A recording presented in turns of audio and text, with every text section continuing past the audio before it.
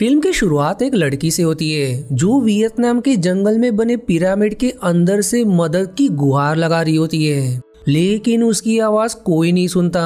पर तभी कोई अनजान चीज आकर उसे मार देती है, जिसके बाद ये सीन यहीं कट हो जाता है।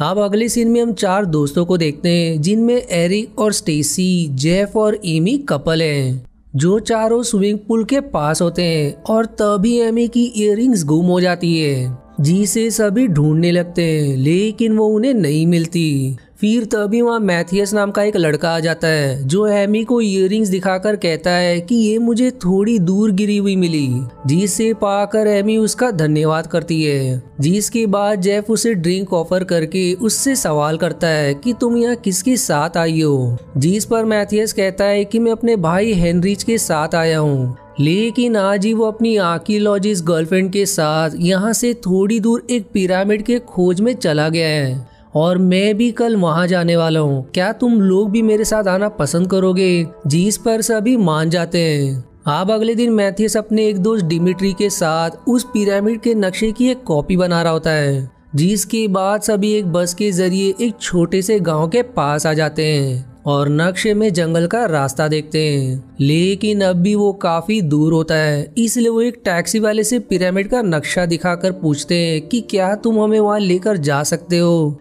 पर पिरामिड का नाम सुनकर वो घबरा जाता है और उन्हें चेतावनी देता है कि तुम्हें वहाँ नहीं जाना चाहिए, क्योंकि वो जगह खतरे से खाली नहीं है। लेकिन वो ड्राइवर की बात को मजाक में ले लेते हैं और फिर डिमिट्री ड्राइवर को कुछ एक्स्ट्रा पैसों का लालच देकर वहाँ ले जाने के लिए तैयार कर लेता है।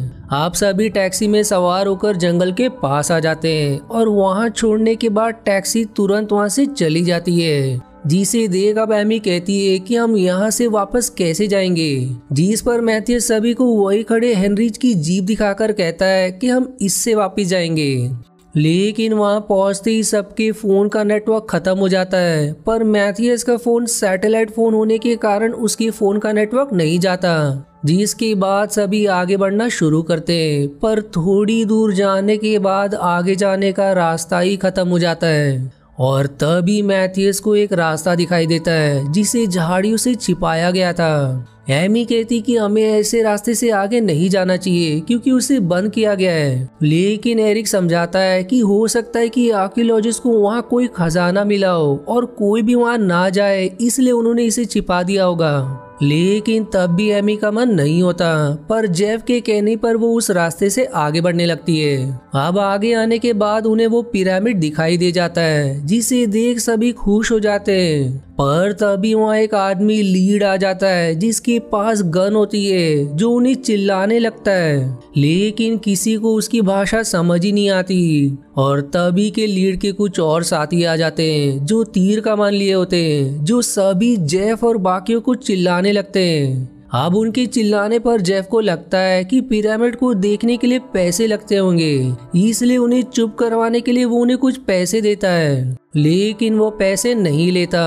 तब मैथियस लीड को अपने फोन से हेनरिच की फोटो दिखाकर कहता है कि हम इसे ढूंढने आए हैं, लेकिन लीड मैथियस के फोन को ही रख लेता है। जिसके बाद एमी लीड की फोटो खींच लेती है, जिसे देख वो और गुस्सा हो जाता है। जिस पर अब डिमिट्री को लगता है कि लीड को कैमरा चाहिए, इसलिए वो एमी का कैमरा लेने उसके पास जाता है। पर जैसे ही डिमिट्री वहाँ की झाड़ियों पर पैर रखकर लीड को कैमरा देने आता है, वो डिमिट्री को शूट करके मार देता है, जिसे देख सभी एकदम घबरा जाते हैं और भागते हुए पिरामिड के ऊपर पहुंच जाते हैं, जहाँ सबकी हालत एकदम खराब हो जाती है क्योंकि वो अब बुरी तरह से फंस चुके हैं। अब पिरामिड के ऊपर उन्हें हेनरिच और उसकी गर्लफ्रेंड के टेंट और कुछ सामान दिखाई देते हैं, इसलिए मैथियस हेनरिच को ढूंढने लगता है, जो उसे मृत अवस्था में अंत में मिलता है, जिसके शरीर में झाड़ियां उगी हुई होती है। जिसे देख मैथियस अब रोने लगता है और बाकी भी एकदम घबरा जाते हैं कि उसके शरीर में झाड़ियां कैसे हो गई, जरूर यहाँ कुछ गड़बड़ है। और तभी उन्हें पिरामिड के ऊपर बने होल के अंदर से हेनरिच के फोन बजने की आवाज सुनाई देती है, और उस होल के ऊपर एक झूला भी लगा होता है, जिससे आर्कियोलॉजिस्ट अंदर जाते हैं। मैथियस अब कहता है कि हेनरिच का भी सैटेलाइट फोन है, हमें उस फोन को निकालना चाहिए। इसलिए मैथियस एक रस्सी से अपने आप को बांध लेता है, जिसके बाद जेफ और एरिक व्हील को घुमाकर मैथियस को नीचे करते हैं। पर जैसे ही वो थोड़ा नीचे आता है, दुर्भाग्य से रस्सी कमजोर होने के कारण टूट जाती है, जिससे वो सीधे नीचे जा गिरते हैं, जिसे देख सभी घबरा जाते हैं और मैथियस को बचाने के लिए रस्सी की जांच करके स्टेसी को रस्सी से बांध करके नीचे भेजते हैं। पर वो पूरी तरह से नीचे नहीं आ पाती और रस्सी खत्म हो जाती है, जिससे उसे नीचे कूदना पड़ता है और कूदने के कारण उसके घुटने में गहरी चोट लग जाती है। वहीं अब मैथियस दिखाई देता है, जिसके दोनों पैर और कमर की हड्डी टूट चुकी होती है। इसलिए स्टेसी ऊपर सभी को आवाज लगाकर कहती है कि हमें एक स्ट्रेचर बनाना होगा, उसके बगैर मैं मैथियस को ऊपर नहीं ला पाऊंगी। इसलिए अब स्ट्रेचर कैसे बनाया जाए ये सभी सोचने लगते हैं। इसलिए अब एमी पिरामिड के नीचे आकर लीड से मदद मांगती है, जहां और ज्यादा लोग पिरामिड को चारों ओर से घेरे हुए होते हैं ताकि कोई भी बचकर ना जा पाए। अब एमी के साथ जेब भी नीचे आता है, पर तब भी कोई एमी की मदद नहीं करता, जिस पर गुस्से में आकर एमी कुछ झाड़ियों को उठाकर उनकी तरफ फेंकती है, जो एक बच्चे को जा लगती है, जिसे देख सारे लोग घबरा जाते हैं और लीड तुरंत अपनी गन से उस बच्चों को उसकी माँ के सामने ही शूट करके मार देता है, जिसे देख जेफ समझ जाता है कि इन झाड़ियों में जरूर कुछ गड़बड़ है, जिससे उन्हें लगता है कि हम भी इन झाड़ियों से इन्फेक्टेड हो गए, इसलिए वो हमें यहाँ से जाने नहीं दे रहे। अब वो दोनों फिर से ऊपर आ जाते हैं और हेनरिच के टेंट को काट कर उसका स्ट्रेचर बनाते हैं, जिसके अंदर एमी को बिठाकर उसे भी नीचे भेजते हैं और नीचे आने के बाद वो दोनों मैथियस को उठाकर स्ट्रेचर पर लेटा देते हैं। पर हेनरिच का फोन उन्हें कहीं दिखाई नहीं देता, इसलिए फोन लिए बगैर वो तीनों एक एक करके ऊपर आ जाते हैं, जहां अब तक मैथियस की हालत खराब हो चुकी होती है। इसलिए अब जेफ एरिक से कहता है कि यदि मैथियस यहाँ मर गया तो इसका इन्फेक्शन हमारे लिए जानलेवा हो सकता है, इसलिए हमें कुछ न कुछ करना पड़ेगा। वहीं अब रात भी हो चुकी है, इसलिए सभी ये तय करते हैं कि एक बाकियों की रखवाली करेगा, तब तक बाकी सोएंगे। इसलिए सबसे पहले रखवाली जेफ करता है और ऐसा करते करते मुश्किल से ये रात गुजर जाती है। पर अगले ही दिन स्टेसी के घुटने पर लगे घाव से झाड़ियां निकलने लगती है, जिसे देख वो एकदम हक्का बक्का हो जाती है, जिसके बाद एरिक उन झाड़ियों को निकाल देता है। वहीं वो झाड़ियां मैथियस के भी टूटे हुए पैर से निकलने लगते हैं, जिसे देख अब सभी दंग रह जाते हैं। पर जेफ उसके दोनों पैर को घुटने के ऊपर से बांधकर झाड़ियों को निकाल देता है और तभी फिर से होल के अंदर से हेनरिच का फोन बजने लगता है, जिस पर फिर जेफ स्टेसी और एमी दोनों को एक मशाल बनाकर देता है और उन्हें नीचे जाकर फोन लाने को कहता है। इसलिए वो दोनों नीचे आकर फोन ढूंढने लगते हैं, जहां अंत में उन्हें हेनरिच की गर्लफ्रेंड का शव मिलता है और ये वही लड़की होती है जो मूवी की शुरुआत में पिरामिड के अंदर से मदद की गुहार लगा रही थी और उसके हाथ में उसका फोन भी होता है। पर उस फोन को देखकर वो दोनों उदास हो जाते हैं क्योंकि वो टूटा हुआ होता है और तभी उन्हें फिर से फोन बजने की आवाज सुनाई देती है और जब एमी उन झाड़ियों में लगे फूल को देखती है तो उसे पता चलता है कि वो आवाजें फोन से नहीं बल्कि इन फूलों से आ रही है, जिसे देख वो दोनों एकदम हैरान हो जाते हैं। पर जैसे ही एमी उस फूल को छूती है, सारी झाड़ियां उन पर हमला करने लगती है, मानो झाड़ियां जीवित हो, जिससे जैसे तैसे बचकर वो दोनों ऊपर आ जाते हैं। अब ऊपर आते ही वो दोनों तुरंत सारी बातें जेफ और एरिक को बताते हैं, जिसे सुनकर सभी एकदम हैरान हो जाते हैं। एरिक कहता है कि ये जगह ठीक नहीं है, हमें तुरंत यहाँ से निकलना होगा। इसलिए वो एमी से हेनरिच की जीप की चाबी मांगता है, जो उसे टेंट से मिली थी। लेकिन जेफ कहता है कि हम नीचे नहीं जा सकते, वो लोग हमें मार देंगे, हमें थोड़ा इंतजार करना चाहिए, क्योंकि डिमिट्री ने अपने दोस्तों को नक्शे की कॉपी दी थी जो हमें ढूंढने यहाँ जरूर आएंगे, जिस बात पर सभी मान जाते हैं। अब जेफ फिर से मैथियस के पैरों को देखकर बाकियों से कहता है कि हमें मैथियस के दोनों पैरों को घुटने के नीचे से काटना होगा, वरना इन्फेक्शन अगर उसके पूरे शरीर में फैल गया तो वो कुछ ही घंटों में मर जाएगा। जिसे सुनकर सभी कहते हैं कि हम बिना उसे बेहोश किए और बिना किसी चीज की उसके पैर को कैसे काट सकते हैं, जिस पर जेफ कहता है कि उसकी कमर की हड्डी टूटी है जिससे उसके नीचे के हिस्से सुन्न पड़ गए होंगे। हम पत्थर से उसकी हड्डी को तोड़कर चाकू से उसके पैर को काट देंगे। जिसे सुनकर सभी की रूह एकदम कांप जाती है कि ये हम कैसे कर पाएंगे, लेकिन फिर भी मैथियस की जान बचाने के लिए वो सभी ये काम करने के लिए तैयार हो जाते हैं। इसलिए जेफ और एरिक मिलकर सबसे पहले पत्थरों से उसकी हड्डी को तोड़ते हैं और फिर एक चाकू के मदद से मैथियस के दोनों पैर को काट देते हैं, जिससे मैथियस को बहुत तकलीफ होती है, पर फिर भी वो बर्दाश्त कर लेता है। और तभी उसके कटे हुए पैरों को वो झाड़ियां अपने साथ ले जाती है, जिसे देख सभी एकदम दंग रह जाते हैं। अब रात को एमी एरिक से सवाल करती है कि क्या हमें यहाँ कोई बचाने आएगा, जिस पर वो कहता है कि यहाँ कोई नहीं आएगा, हमें ही यहाँ से भागना होगा, इसके अलावा और कोई रास्ता नहीं है।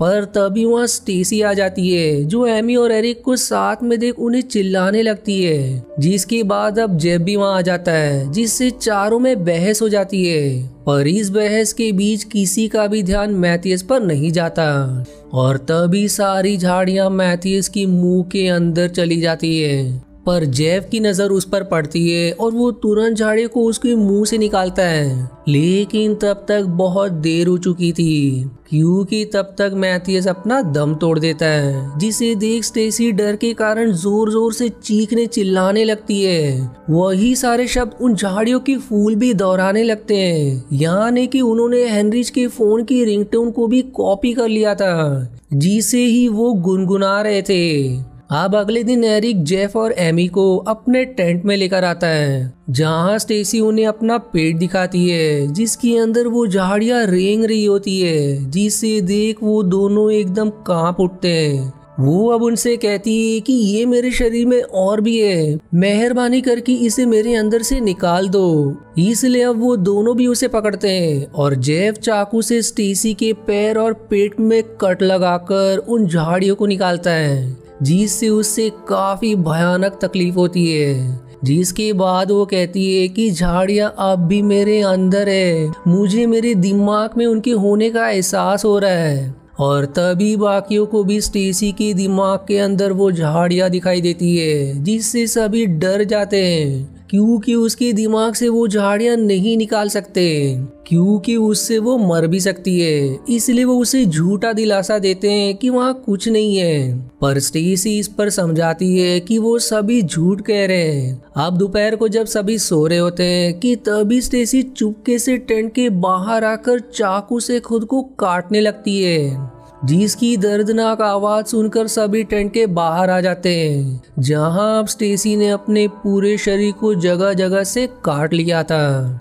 लेकिन तब भी वो कह रही होती है कि बस थोड़ा ही बाकी है, जिस पर फिर जेफ उससे चाकू छीनने की कोशिश करता है, पर स्टेसी अब गुस्से में उस पर हमला कर देती है, जिससे उसका हाथ घायल हो जाता है। जिसके बाद फिर एरिक उसे समझाने जाता है, लेकिन अनजाने में स्टेसी उसके सीने में ही चाकू घुसा देती है, जिससे वो वहीं अपना दम तोड़ देता है, जिसे देख सभी एकदम दुखी हो जाते हैं। और फिर एरिक के मरते ही झाड़ियां उसे भी अपने साथ ले जाने लगती है। स्टेसी फिर एमी से बहुत विनती करती है कि मुझे मार दो, जिस पर फिर जेफ एरिक के अंदर से चाकू निकालकर भारी मन से स्टेसी को मार देता है। अब जेफ एमी के शरीर पर स्टेसी का खून लगाकर कहता है कि जैसे ही हम नीचे जाएंगे तुम तुरंत भागना शुरू करना, पर पीछे मुड़कर मत देखना और जीप की मदद से जंगल से निकल जाना। यदि वो चालू ना हो तब भी भागते रहना। जिसे सुनकर दोनों बहुत भावुक हो जाते हैं, जिसके बाद जेफ एमी को मृत दिखाने का नाटक करके पिरामिड के नीचे आता है और एमी को एक जगह लेटाकर बाकियों का ध्यान भटकाने लगता है। और जैसे ही सबका ध्यान पूरी तरह से उसकी तरफ होता है, वो एमी को वहां से भागने को कहता है। इसलिए वो तुरंत वहां से भागने लगती है और गुस्से में आकर सभी लोग जेफ को तीर मार देते हैं और तभी झाड़ियां उसे भी लेकर जाने लगती है। इसलिए लीड उसे शूट कर देता है, जिसकी आवाज एमी सुन लेती है, लेकिन उसके पीछे भी वो लोग पड़ जाते हैं। इसलिए वो भागते हुए तुरंत जीप के पास आ जाती है और उसे चालू करने लगती है, जो भाग्य से चालू भी हो जाती है।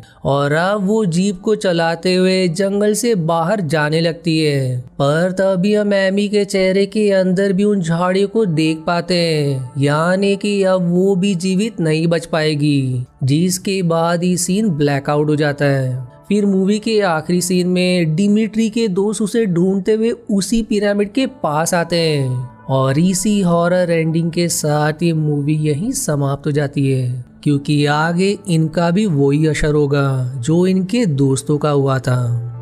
आशा है आपको मेरी एक्सप्लेनेशन पसंद आई। यदि हाँ तो प्लीज वीडियो को लाइक करना और चैनल को सब्सक्राइब करके सपोर्ट करना ना भूलें। मिलते हैं अगले एक्सप्लेनेशन वीडियो में, तब तक के लिए धन्यवाद दोस्तों।